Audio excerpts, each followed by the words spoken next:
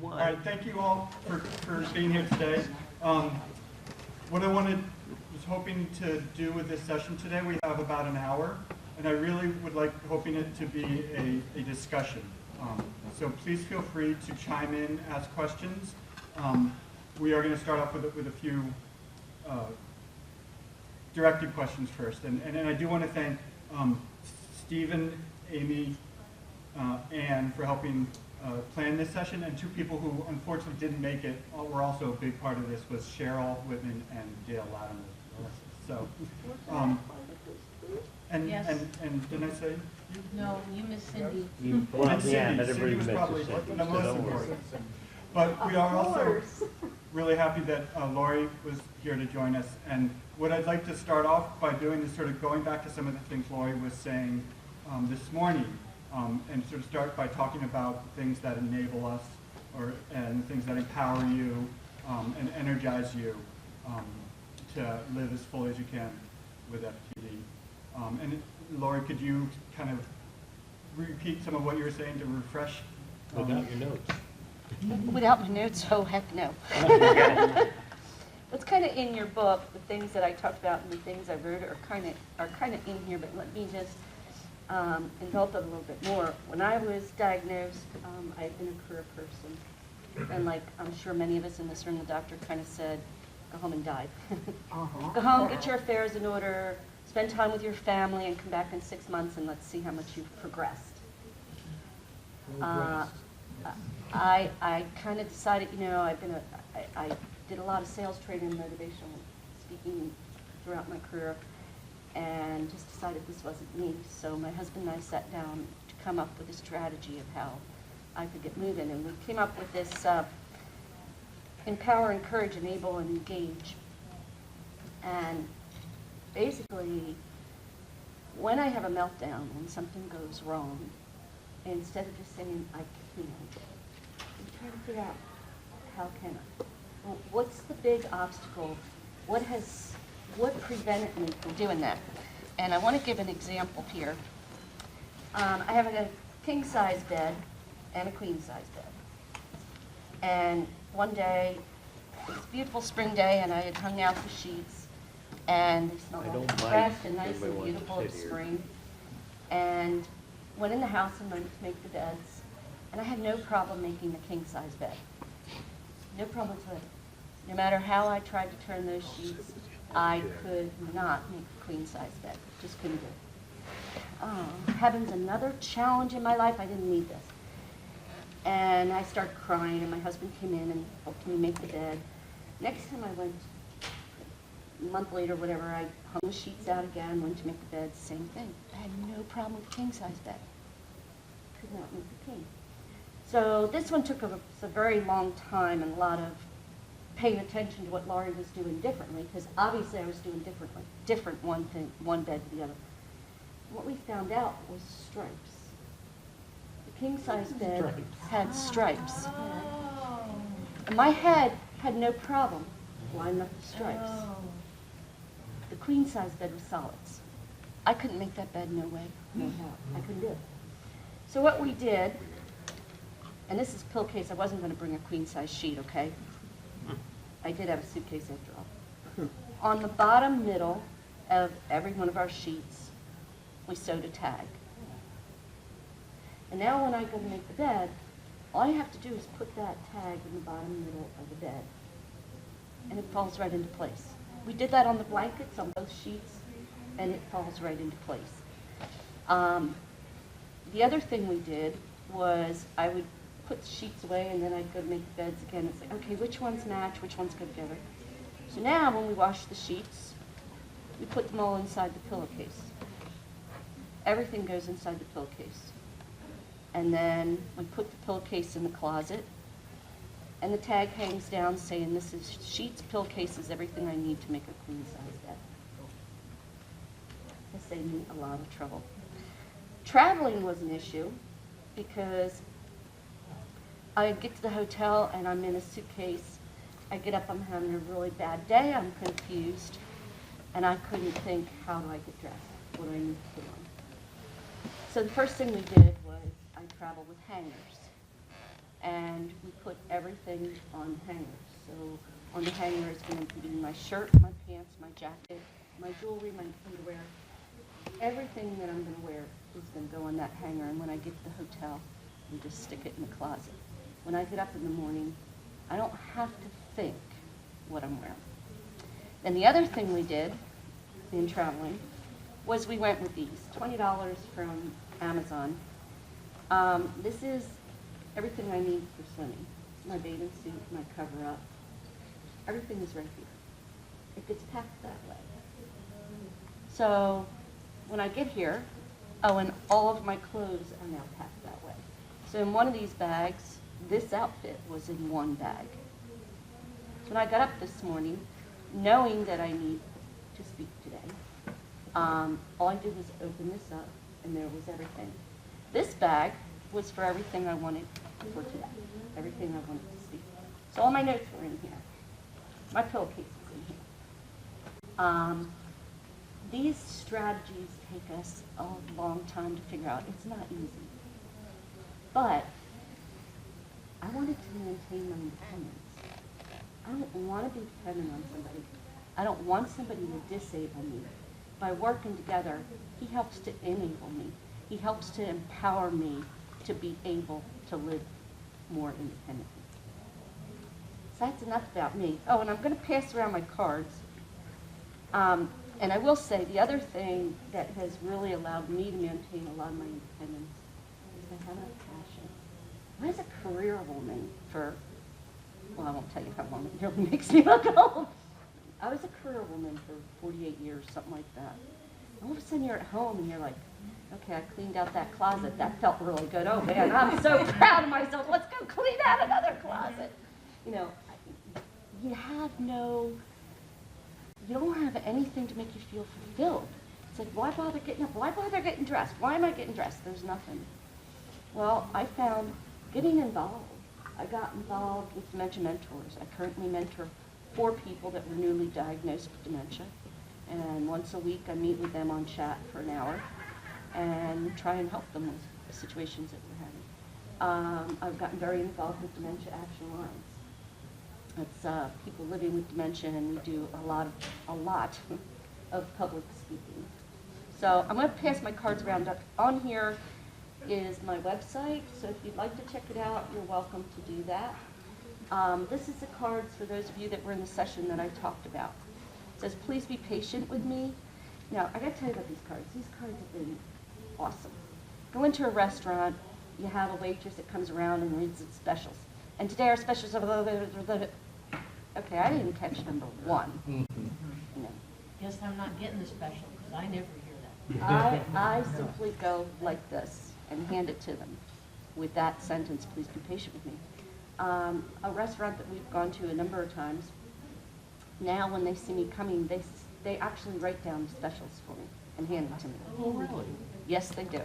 Wow. But if they didn't know I had dementia, why should I expect them to treat me any differently? Sure. I was traveling on an airline, and I always hand it to the head steward.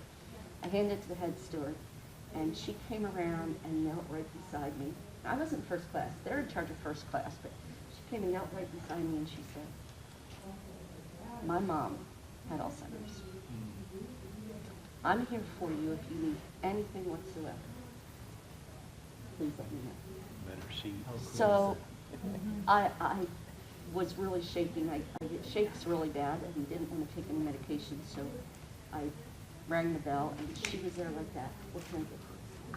Could I get a glass of white wine? She brought it over, wouldn't even let me pay for it. Wouldn't let me pay for it. Said, anything else you need? About an hour and a half later, she came over with another glass of wine and said, just in case you need it. Okay, so I'm going to pass these around. If you want one, great. If not, that's fine too. What was her name? Lori, to the rest of the group, have any of y'all gone to TSA and told, tell them about it? I haven't, but Well, I do 2 things. Here, I did this time. I'll tell you, my wife set it up, and we don't do anything. We get to the thing, and they just escort us right through. Right.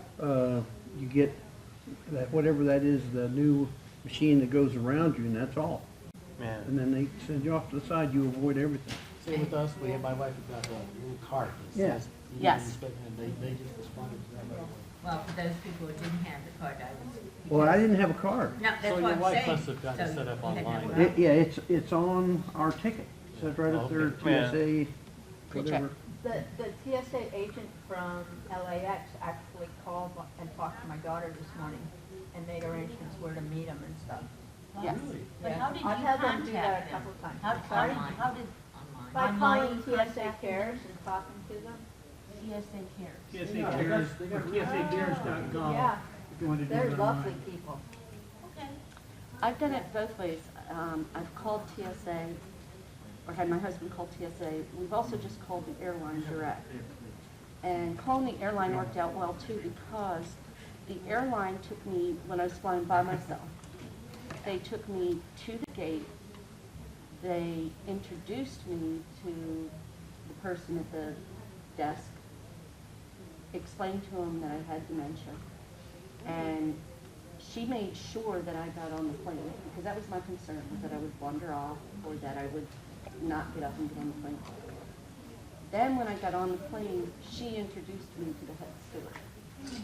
Now, TSA won't go that far, but the That's airline nice, though, did. you were passed off to Yes. new responsibility. fantastic. And there was no holes there for you to, That was American. yeah.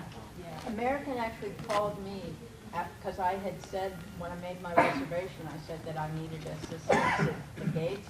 And somebody from American actually called me to see exactly how much help I needed. Wow. Yeah. So I want to, it's a little off track, but I want to make a comment here, that an observation. Nobody just standing here and going to contact and listening to you and watching you, the first thing they're going to say is, you don't look or sound like you have dementia. And yet, as I listen to the content and the struggles you have, it's obvious you have dementia, but it's such a hidden disease. You know what I say to that? Sorry. You know, hopefully I don't look like I have colitis either. Oh, my goodness, that's fun. Okay, Well, because that means I've got the runs. So quite frankly, I hope I don't look like that. I was gonna say Kate Schaefer book, she wrote a book about this, and somebody said to her, you know, you don't look like you have dementia, she goes, you don't look like an asshole either. Right. And one other thing on the I think airlines, I'll go with Lori. No, I think the ACO one's better. on the airlines, I called up trying to figure out how to work the system, so to speak, and the person on the other line says, it doesn't matter about getting on. You just go tell the ticket agent person that you have difficulty settling down, or have your whoever's with you. They'll let you go first. They don't want you messing, you know, they want you to get settled down. That's true, they Get don't in want you your seat, standing get around your on the stuff. They aisle. don't want you making big scenes. So I've gotten to the point that when I get to the gate, I said, I need extra time to get on the plane and get settled. And I have to have extra time other than just, you know, the first class passengers and the other people. It's because, you know, they'll run me down. And so they, most of them, this last time they didn't. Well, if But We fly, we're flying a lot these days, and I just go and say, I have dementia, I need to board early. And they're so, we've flown on hundreds of flights in the last year, and nobody's given us a hard time. You have a right to say that. well, I was doing that, but then I would get there and I would be moving a lot slower than the people that were rushing, and they You have to really go knocked me on down. with the people who, Need extra it's the time to board. pre-board is what Yeah. you go on with, not first class, it's Yeah. pre-board. It's Yeah, well, that disabled- too. Disabled or little kids, yeah, that's And you what Yeah. we And want. you actually don't have to tell them you have dementia, you can just say, I have a disability, but, I'm sorry, I'm having a hard time talking today, but if you do tell them you have dementia, they'll be very gracious. Oh, okay. And if you talk to TSA, it's marked on your ticket. Oh. So it will be on your boarding pass. Yeah, it's on your boarding pass up I in the didn't think little that was corner. right, but I just checked mine, and yes, it is. But is that Yeah, forever? Are you in their computer? No, it's every I don't time. know. But if you go through TSA, they'll It's just also that wheel you flight. directly onto the It's just for plane. those See, flights. that might be best for you. Okay, but I went to, my sister Lori is the architect, and I'm the youngest. And we went to JFK Airport, and we got there early, so, and then we got on the plane at Terminal 5. And we went to the gate 12, and that was fun. It was pretty quick. We flew out like maybe less than 6 hours. Well, I went to, my wife and I took a long trip before this one, and we came from Europe to, we went from Spokane basically to Fort Lauderdale, too long a story. But anyway, ended up in Europe and flew home to Philadelphia. Everybody was really good, and I never even realized that we could say we have dementia or move slowly. But the Philadelphia people were just like they had all had a big fight that morning or something. Every one of them. And we hadn't flown for a long time. The last 10 times I'd flown, I didn't have to take off my shoes. You know, and I didn't have these shoes, but I had tie, 10-inch runner type things, double tied. And they got a little short line to put your stuff in, you know. There's not even room for 2 boxes.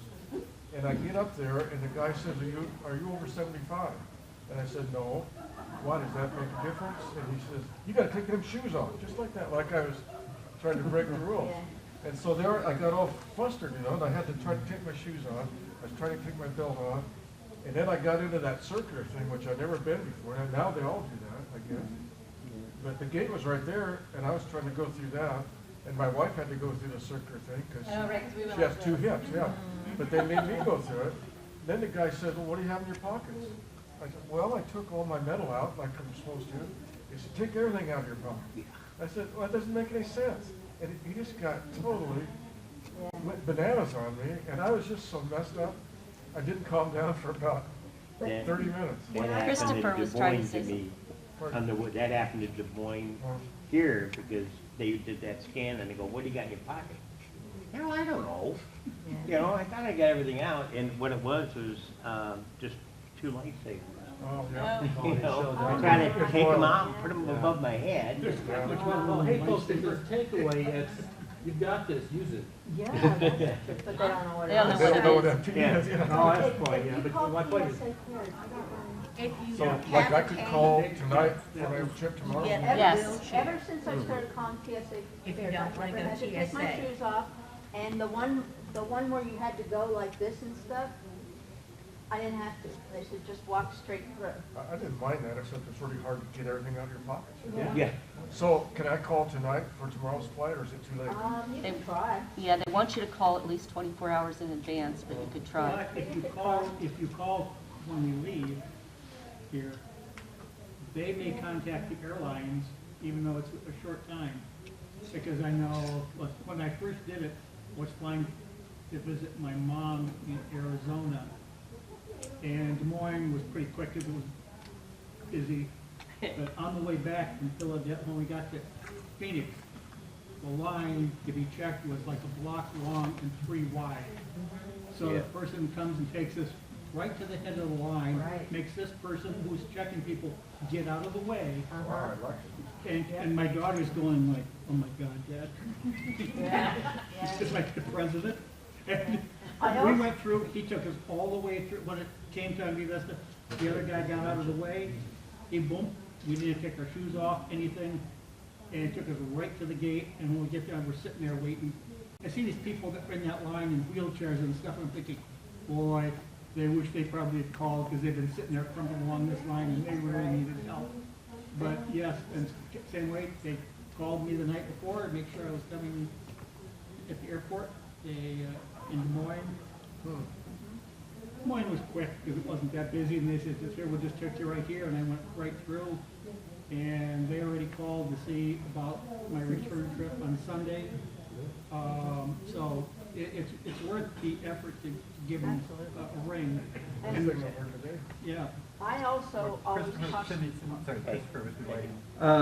Yeah, to move it away from the airlines, we've already done that for a while. I guess I forgot the first question I was going to ask y'all, but let me ask you another one. I now have more and more difficulty walking any sense of difference, distance. And so, we were seeing my neurologist maybe a month ago, and I told him this. I said, my legs get weak out. I mean, really weak. He said, you need to talk to, I'm only dealing with your brain. I'm not dealing. So I wonder if it looks like some of you all have gotten the same symptoms, and I'm wondering who I ought to talk with about it, if there's anything I can do. Huh? I'll see an orthopedic surgeon, somebody, Oh, an orthopedic. I went to a podiatrist, or a podiatrist. and he got $49.95 for these insoles, and I thought, what a ripoff. I'll tell you, I walk so much better with them. It keeps my foot from rolling. Yeah. Yeah. And I don't like podiatrists normally. Has I anybody, hope nobody here's a podiatrist. has anybody tried physical therapists? Yes. Yeah. Rather than, doctors can be such a pain in the butt. But they have to write the order. They have to. Right. Well, yeah, and I went to like the University of Iowa, Occupational assessment, physical and therapy assessment. did the same occupational thing therapy and went through the assessment, whole speech gamut. therapy assessment. And the physical therapist, but I refused to use it. But there's no longer a dollar limit on physical. Well, that's what I'm therapy. trying to $2,400. avoid all these. Yeah. And I'm afraid they're gonna get me in one of those little scooter things eventually. I'm gonna have to put big pipes on it, you know, make it look cool. Does anybody want to get in the circle? Okay, just checking the. Bob pointed, and actually the whole conversation went to, after ahead of time, when you're going in airline flights, when you've got the dementia, you might as well use it right now, since you're ready. And I'm going to change the conversation direction and talk about caregivers, because I am so fortunate to have my wife of 42 years old, because she decided to keep me. But she's got to a lot of trouble, at least for today, a lot of trouble, she's got a lot of trouble to educate herself. She's taken multiple online courses through universities that are free, and several times over, reads extensively. So she has learned all this stuff, and when we're going to fly, my wife does her research and says, hey, if we call ahead, we could jump the line. And so she set it up. And somebody somewhere in the morning mentioned, probably more than once, the importance of education. And I don't personally feel much need for education anymore. I know as much as I really want to know about my condition. But my wife keeps educating herself. And so she'll suddenly show up with, hey, I ran across this new strategy for this kind of problem.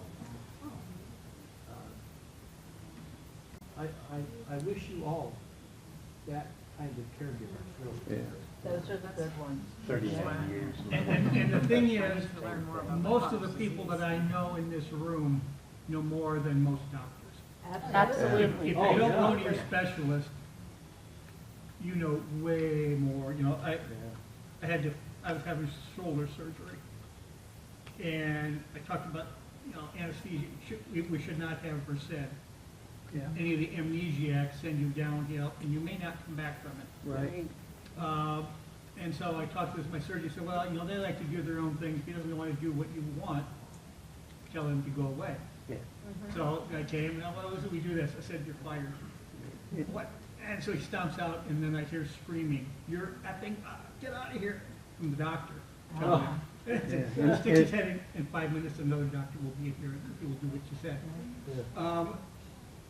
But you don't always get that kind of support. In Prejudice, South Alabama, my doctor, bless his heart, said, when I told him I had this FTD thing, he said, that's some Asian doctor trying to make a name for himself. I mean, I said, what? No, it's not. So I haven't been back to see that guy. That was Well, just. the first time after I got her diagnosis, when we next went to my primary care physician, my wife, from that point on, always accompanied me. Yeah. She shows up with pamphlets on it, and he just said, I'm not familiar, I've heard of it, but I don't know about it. And she took the literature. Next time I went to see him, he had obviously educated himself. So I said, That's good. okay. It's great to have a doctor and you ask him a question, he says, I don't know. Yeah. Best doctor you can get. That's a Then that's a winner. doctor you know you can trust. Now, you want one that says, I don't know, but I'll find out. And you know that it's. I remembered my first question. Okay. None of y'all are wearing Do you wear those health I do, bracelets? but mine looks like a bracelet. I said, if I'm gonna wear one, I'm damn well gonna have a pretty looking What? one. Oh, you do? It's Yeah. medic- What does it say on Medic there? alert. Mine says, I don't know. Mine says my While you're name, looking, mine it says says, diagnosis dementia, it says choose joy, and on the back side, it has my wife's name and phone number. And phone number, okay, that's mine all you need essentially to have, saying okay. dementia, BD, FTD, and my wife's number. I'm gonna get one, I wanted to say I need a Snickers. And it says med list and wallet, because I have too many drugs to put on here. Well, there is that. And then in case of emergency numbers. Yeah, mine just says dementia, and then Can it I says ask- all the Dan different had a things I got wrong. I'm Dan Kuning, and I was a nurse practitioner until 2 years ago, so all those wonderful anti-doctor things I totally understand now. And I didn't think 2 years ago I'd be sitting at this meeting with you guys wearing a button Tag, that says yeah. I have. It's a very exclusive It's club. very, that's a club I'm actually proud to be a part of Get now. Yeah. But one of the things that I wake up every morning, number one, I pray for purpose in my day, and number two, I pray to choose joy, which is really freaking hard to do in this. But one of the purpose that I have seen come out of today, by listening to all you and to others, is maybe me, as a nurse practitioner, can relate to these doctors that have no flipping clue of why it's taking us 2 to 7 years to get diagnosed. And if that's my calling to be a part of the AFTD, because I can still speak and I can speak clearly, thank God, you know, that maybe I can make an impact so that all of you people and the next generation that's coming up that's going to get diagnosed, that are out there waiting for their diagnosis, that potentially this could be an impact. So thanks for all of your guys. Have you spoken with the volunteer coordinators? I spoke to the executive director right before this. Okay, and they actually have they try to get people who can go out to the physician practices Yeah. and educate. Because that would be, yeah, I mean, I used to teach palliative care and hospice. I mean, Oh, I there you sat at go. the bedside You'd be of people great who at were that. dying from dementia. I think you got a new job. Also, I know, it's Dan, where do like, you It doesn't pay. I live in Southwest Colorado. Okay, because, you know, educating the local people or. Oh, they're very well If educated there's now, a. trust me. Because, you know, Des Moines University is an osteopathic medical school. So for the last 3 years, I go talk to the second-year students. Because the director of education saw me at one of their things and talked to me. He said, you know, we need to plant this seed in medical students' heads. Once they get out in an internship and everything, the information overload is so huge. Yeah. But if you plant a seed, they may get a patient somewhere down the road that's presenting, that instead of sending them off to a psychiatrist or putting him on psych meds, That's right. may say, hey, we need to send this person to somebody else who may be able to sort this out. Well, and if And you're he not said- an advocate, or you have the spouse, your spouse that's an advocate for you to move you through quickly, you just get stuck, and you're stuck in that terminal diagnosis that is, we're gonna monitor your decline. I mean, that was my first visit. Exactly. You have dementia, we'll see you in 1 year, repeat your PET scan, and we'll monitor your decline and see how bad you are in a year. And I'm like, I refuse to accept that. Exactly. You don't go home and sit down and No, stand up. I'm again. like, no. So anyways, thank you all Right. for, Doing what you're doing is exactly what we all need. Now, there's not many people down at the Susan Sue Channel, and there's nobody there because we're all here. The lights were all off when I came by. Yeah, and a number of you knew Susan very well, that are in here, when she died about a year and a half ago. January. Yep, January 14th. That was probably one of my worst days. My mother died, my mother-in-law died, and Susan died, all within 6 weeks. Like, all the women and my wife are dying. But she was probably my best friend next to my wife. Because we Zoomed probably once or twice a week since she first came on the AFTD group call. and then she became part of the think tank. So we knew each other real well and had lots of discussions about dying and things like that. I died once in heart surgery when I was 14 and explained that to her, and so it made things a little easier for her, hopefully. But as I will probably say in my short comments on the at the end, I won't steal Cindy, you guys are kind of my support. You and the zillions of people that I contact or know online, you know, I can call you and talk to you guys or send you notes, and They're a family. they are a family. And we're not alone. And, you know, we can say things that we really can't say to anybody else without getting us in trouble. And they understand what's, you know, somebody understands what's going on. I think Tim weren't you gonna say something? I just had a question. but- Oh, okay. No, Go for it. I just wanted to go back to the whole muscle thing and ask, Oh, thank you. is that part of the Decline. progression? It can be. Yes, Is it can muscle- be. Is it muscle atrophy? I mean, Yeah. my neurologist also said, well, this could be cortical basal syndrome, and, you know, I deal with your brain, we'll have to find somebody to deal with the rest of you around this. But are other people experience this muscle shortness? I have that. ALS, you know, Lou Gehrig's disease, is a subform of. That's what I thought I was having. He said, oh, no, you don't have Lou And Gehrig. it may come and it may go. You know, while I was using 2K, it was really stiff. Well, it turns out it was a medication that I was having a reaction to. But in that, that part of Australia way, I'm still using the cane, but they told me I should replace my knees in 2009 and haven't quite come along to that yet. So there are things that come and go with this disease. But Susan, Bob, Susan had Parkinsonism. Yes, she Susan did. that we're speaking of, who had That is FTD, right. And had huge mobility. She went to a wheelchair. You know about it? Yep, she was. Susan was one that helped me to finally say, I need to get a walker, because I get the shakes, I get the Parkinsonian things So as it's well. the word that Lori's using, Parkinsonian, not Parkinson's. Yeah. It's different when you Parkinsonian say symptoms. Parkinsonism. Can you all But- describe the Parkinsonian? I have the shakes too, Well, but yeah. they're only in my hands. They Oh, just, but that. I see older people that have that all the time. I feel like I'm walking like this, and I'm really walking like this. And I can't I stand fell 4 times, broke 2 pair of glasses. Just walking and boom. The 5th time I fell, broke my glasses, and a rock hit me and came right across here. I had to get stitches right across, which is why I don't look at my eyebrow, it really is funky looking, but it came right across here and I had to have stitches right up there. And the doctor said, you are one of the luckiest people. He said, you missed your eye by a hair. And I remembered my grandmother saying, pride must abide.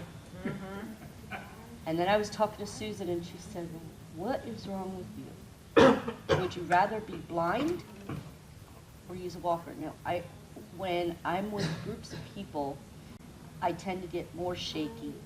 And when people are coming at me, to me, it's like snow coming on the window. And I don't think they're going to stop. So when I'm in crowds, I definitely have the walker. Or when I was in LA last year, I was with 4 people with dementia, 3 people without dementia. We went walking LA, and I thought, oh, I'm fine. I'm not going to bother bringing it. We were going to cross the street. People came at me, and Laurie went boom right down and smacked my head on the concrete. Oh, my goodness. Okay, so again, which is the worst? Now, I also had an issue having somebody tell me what was going on. Susan told me what was going on, but I had trouble getting the doctor to agree with it. Well, So, what as it is turns out, my mother-in-law passed away, and so I took her walker. When that one because I'm rough on them, when that one was done, I went to the thrift shop and got another one. I thought, I am not going to 5 different doctors anymore. for someone to say, hey, you need to use a walker. I think I'm smart enough to figure that out now after the last set of stitches. Well, Tracy, I've been describing, my muscles have been atrophying and getting weaker Yeah. for about 2.5 to 3 years. Who tells you about it? I mean, Well, Luba's told me, you know, they've done, I mean, I can't hardly walk. I don't know if you've seen me trying to walk down the hall. yeah. But I you fall taking about Gabapentin? about 2 out of 10 times I try to go downstairs, I fall. Yeah. Where's it going up? My doctor's done an EMG, is that what it is? Yes, And nerve a nerve conduction. conduction study, and so she says, well, it's not ALF. But on the other hand, I'm just getting weaker all the time. I can't, I literally cannot open a water bottle Did she anymore. take blood from you? Pardon? Did some of your doctors take blood from you to see if you have a deficiency? Well, they've taken a lot of blood, I don't Well, know. you might want to ask because vitamin K, vitamin B12, vitamin D I can do cause, that. they can cause See, issues. We just went to an all-day conference about, it was living with dementia and various kinds of dementia, and it talked about how where various parts of the brain are impacted and how that impacts sensory information, hearing, vision, and then, like perception and all that. And it talked about how, and this makes total sense, and I was talking to him, like with this pattern on this carpet, somebody who and about, it's all about brain energy. And when part of your brain can't take in energy, which we understand tau and tangles, and when your cells are dead, and you know, all that, how it works in dementia, various dementias, how your brain is broken, how you can't take in patterns the right way. And so, like, to me, it's like, well, like my neurologist said, physical therapy assessment, occupational therapy assessment, speech therapy assessment, cognitive therapy assessment, all of those things to figure out what parts are impacting your ability to walk, your muscles, your vision, your hearing. Because when you think about it, every part of your body is impacted by what part of your brain is being impacted by the disease. So it's impossible to know why someone is falling, why is someone off balance, why is somebody losing weight, gaining weight, we can speculate all day long about why it is, but until really you get a full assessment by someone who's a specialist in that area, it's just verbiage. I mean, it's just a matter of opinion. I mean, so. Yeah, and as they said, you know, we may have had these symptoms for many, many years And not knowing. before it reaches the level that they objectively can recognize That's a them. good point. How many in things any have been test. misdiagnosed besides something So- related to our brain? Yeah, it's, Lots. Well, I know Right? that I started out, and first time I saw my neurologist in Iowa City, first thing she said to me is, how long you had your atrophy? I'm like, what? I mean, what the hell is that?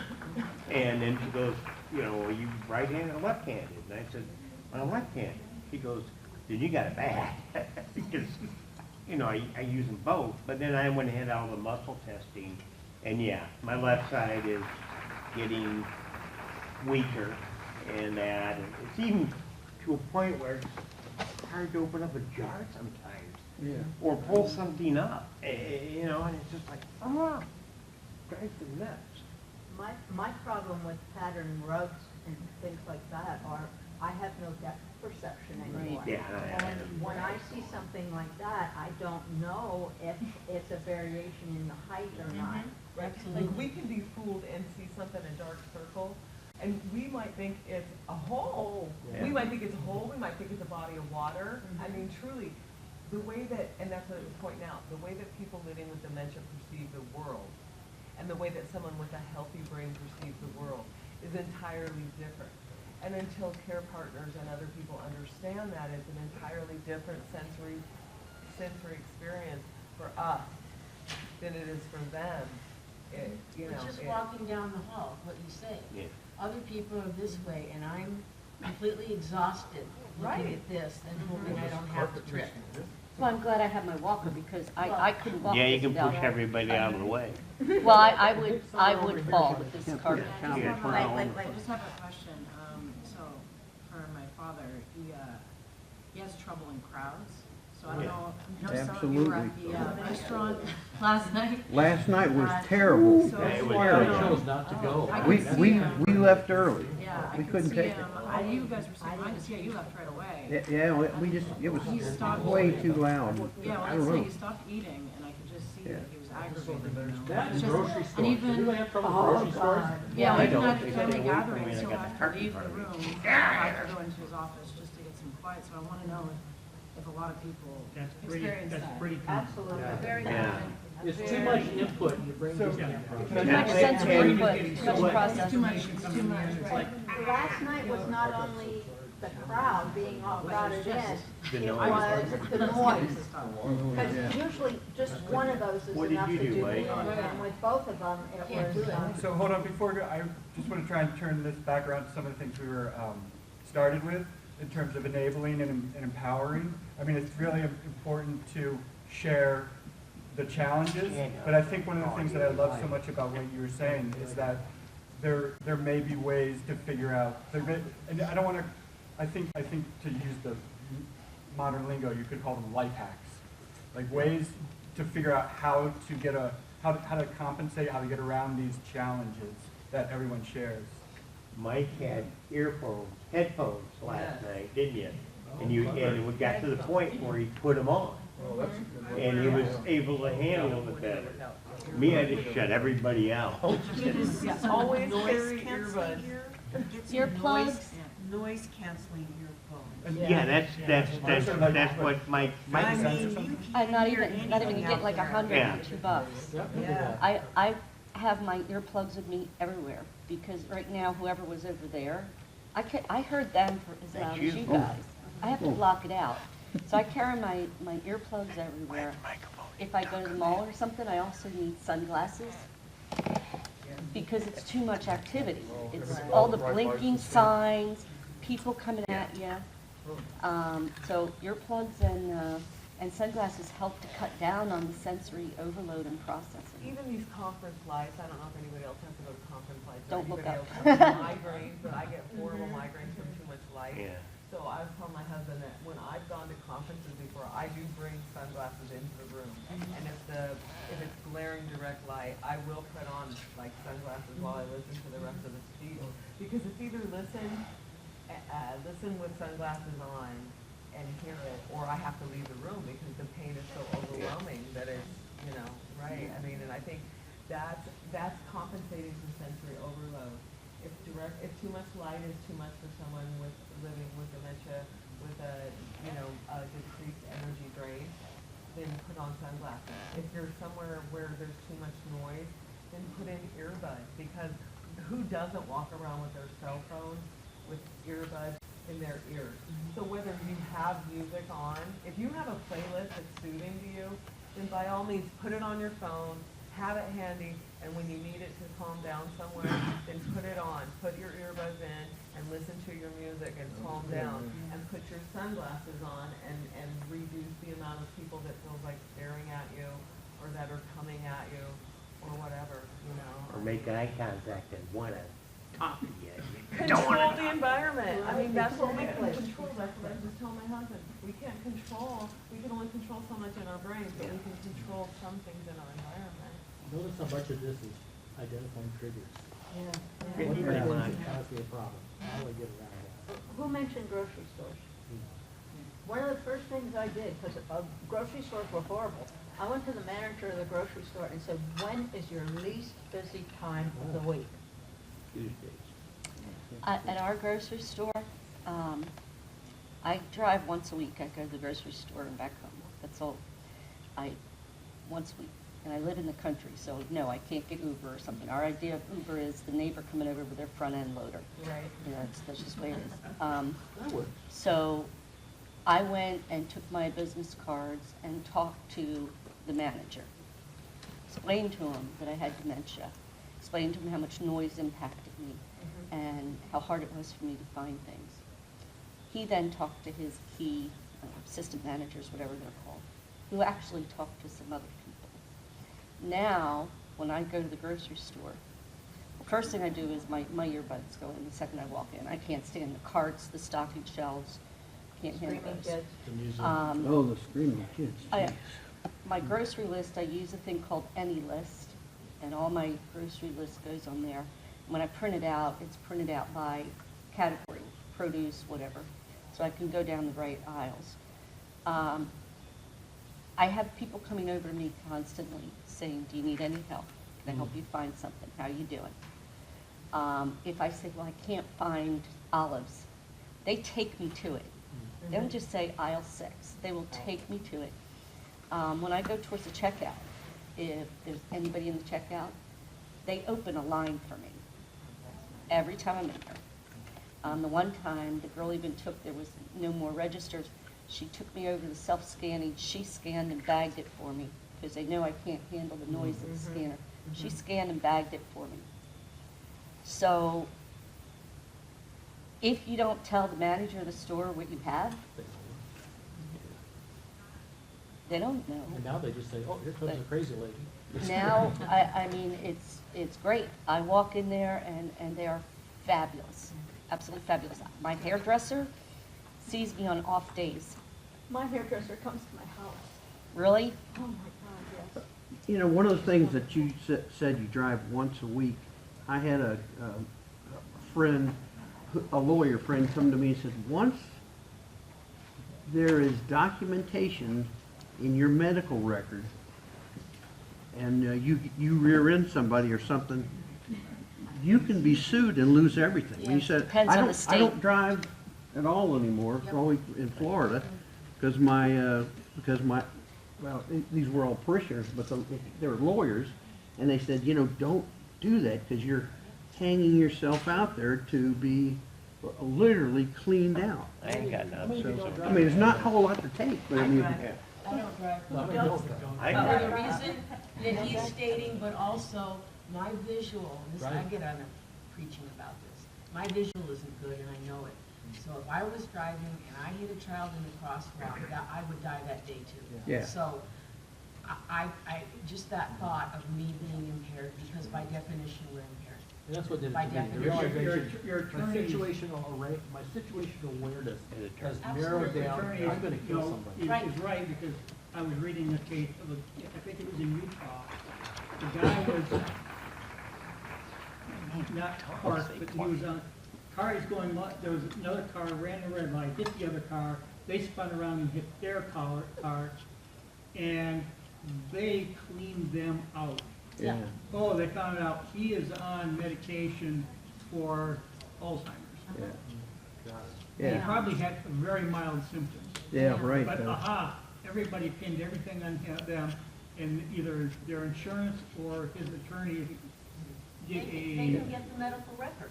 So- Yeah, that's right, they can get them all. You know, And- the key bingo. question for me was when it was with the VA and the gal said, here's the last question, would you go pick up your grandkids from school and take them home? No, my kids, hell, I'd do that, but my grandkids.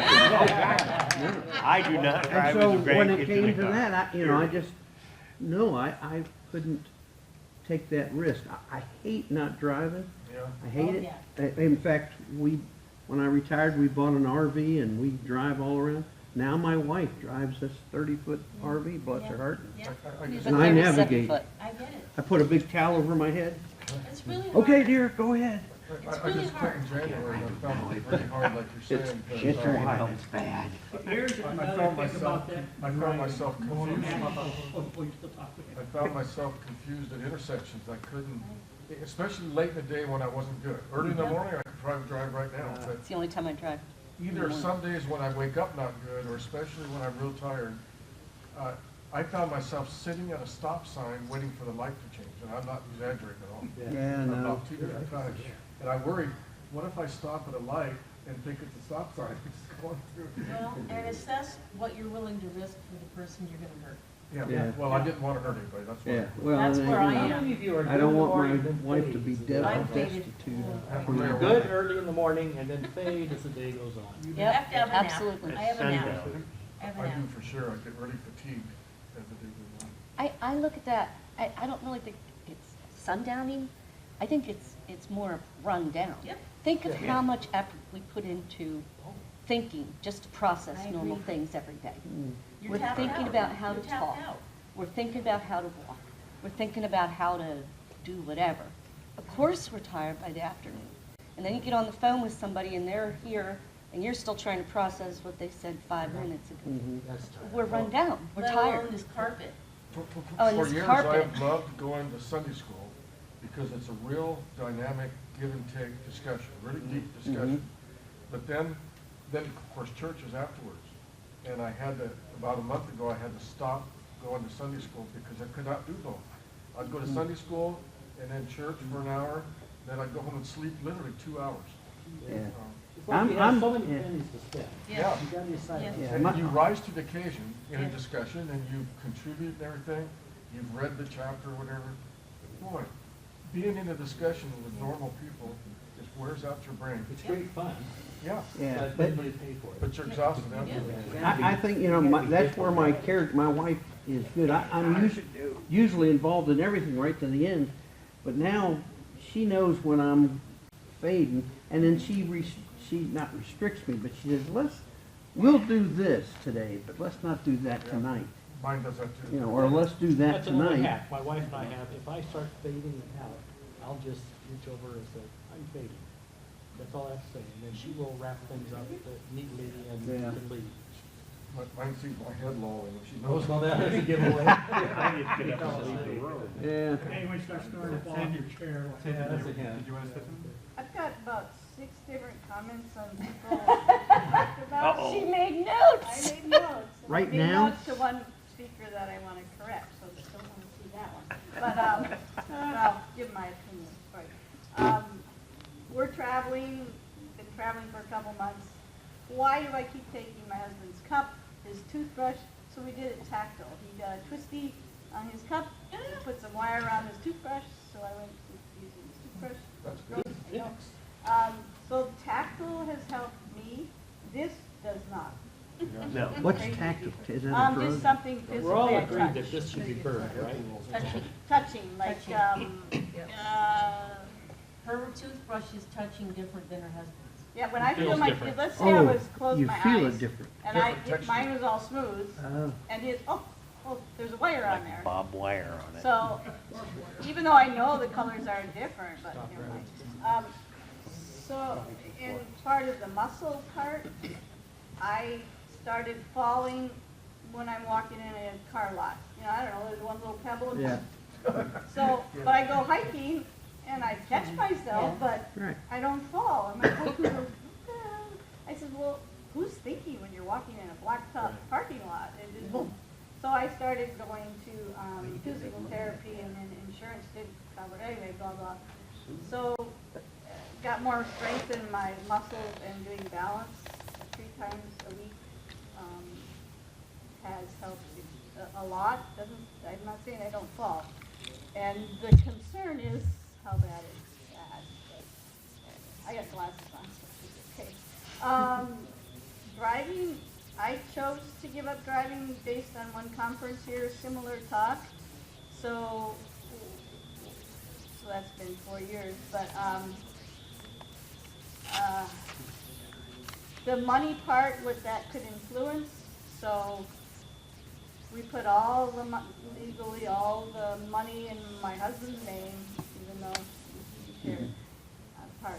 And then my son would take over my part. But I have a really small credit card, so I have some control, but I don't have carte blanche. So Did you put the money in your husband's name so you couldn't be sued, or because you don't trust yourself with money now? well, mostly not being sued, because and that's when I quit driving, when the thought of if I hit a child. When I was running when I did the finances at the beginning, I went on to the Madden football thing, and I spent over $12,000 in 4 months before my wife caught on, and I was like, I didn't spend that much. My wife would have killed me. Well, no, she tried. FTD over. Yeah. But she did call them and say, hey, you know what, this guy's got this That's problem. when you throw out your FTD card. Yeah, and got out. I got a pass. Yeah, got the money back. I need to know if you guys want to ask clarification Pardon? Keep going. Oh, I'm sorry, Oh, yeah. on my list or about that? No, on your No, list. go on your list. And then about ID bracelet, you were questioning on ID, Yes. somehow ID. So I was, not working, my husband was working, so I was learning the bus system, so I needed to have some justification. So I did get a little bracelet, but you can only fit like, like three letters practically on the bracelet, especially since I didn't want a big bold one, but, fell off. And then there's a necklace, so I talked to my neurologist, and she said, what? I feel kind of still like I don't, she said, well, people wear that if they have diabetes, don't worry about that. I said, okay. Yeah. And then I said, well, she said, nothing else, get the necklace. Get the necklace, you can't even see. She goes, don't worry, the police are trained to look. To look. And so she said, that's, now that I'm with enough people that know, except in water aerobics, I said to one lady, now if I come in with no clothes on, will you let me know? I love it. Don't worry, everybody will let you know. So, The that's police it. will. Well, and that was the part that would help you too, if you're, but I don't have one on now. Bob, Anyway, I still- that's- Bob, I still Watch think you has ought to the wear same it. I'm a diabetic too. If you wear Where an, does that fit in all? if you wear an Apple Watch, it also has your SOS Oh, it does? ID on it, yeah. They don't fit. know anything figured out? It costs too The much. co- I can't You know bring what? myself to No, spend that I much did it money in on the it. first literally, year. you push a And after button, and that- it's right, it just says You just say that. medical I mean, you ID look at- and look at my emergency phone. SOS. And you can put it on your phones too, even though it's a lot. How many of you, have probably viewed your FTD in some way as a gift? I don't What? know. I don't, A As a gift. gift. It's a My hard job. opportunity today, I Yeah, didn't understand. my the question. opportunity today. my opportunity to help other people, I think is important. I think my gift is my woodworking. Never did it before, Right. Oh, and now I guess I'm pretty good at it. If you're a Christian, it gives you, when people ask you things, it sometimes gives you an opportunity to witness that you wouldn't have otherwise. Oh, yeah. You can tell how good the Lord's taking care of you. For So I me- often feel like his arms just wrapped around me, just Mhm. literally. For me, it was like,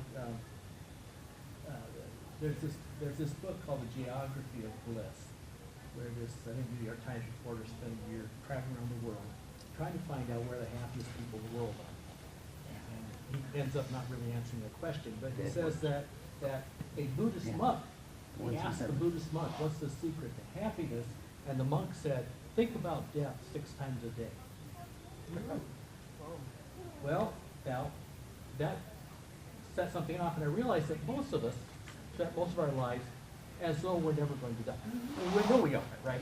But we keep this veil of illusion, of creative denial in front of us because we're afraid this is too terrible, right? But when you get FTD, at least when I got that diagnosis, that veil's gone. Now, you all may be dying before I do, for all I know. I can live another 50 years. But the point is, every day I'm confronted with my mortality. I can't deny it anymore. That has forced me to live in the present. And I view that as a tremendous gift. I spent my whole life trying to get out of the future into the present, and now here I am. Yeah, And I view that as a gift. yeah. Well, if you're people of faith, depending on your faith, but As I most am. of us, we spend our whole life saying that's better than this. Sure. You know, but then and like you say, we don't want to. Our culture doesn't even say you die. They say, oh, they passed. They passed on. What the hell does that mean? Gas? They went to You know what? I mean, you've been with a lot of people that have died. I've been with a lot of people. I'm sure that the people that die with a sense of faith die peacefully, maybe with expectation. People that have no grounding of faith die in terror because they don't know what's happening next. You know, I don't know exactly what's going to happen next, but I have a good sense about it. But that's Yeah, it probably helps like too. I'm not afraid of death. that's one of the great blessings to sit with somebody I dying. wonder if somebody has a bad death, instead of saying they passed, you say they failed. They died. They died. It's our culture that you know. Yeah. It's our stupid culture. Nobody wants to say they're going to die. I was real happy living with FTD until I had to sell my home. That was the end of it. Oh, I just kidding. I think for me, I was a workaholic. I worked 60, 70, 80 hours a week, and work was my life. I liked making money. That was my life. And although I had a strong faith, I had a strong belief in God, I didn't take time to really thank God. And when I was diagnosed, I was sitting at my computer one day and I'm like, what am I going to do now? I have no purpose. And something white flew by the windows. I'm like, okay, Laurie, this FTD thing is really bad. And then flew by again. Well, it turns out we had an albino bird. Oh, wow. And the Audubon Society came out and everything. It was fun. We named him Albie. And Albie came to visit us from September until April for 3 years. Wow. And you'd see him out in the snow, you'd see him out in the yard, and he was Snow, just what's this that? white angel that Snow? used to go by. And I often thought that God put him there just for the days I was having a bad day. There went Albie. There's my angel. There's my So angel. we're at 3:50 now? Oh, sorry. I'm sorry, say that again? So it's 3:50 now, so this session is officially over. Okay. You can keep talking If if you you want to want. keep talking, there is the final session back in the plenary room now.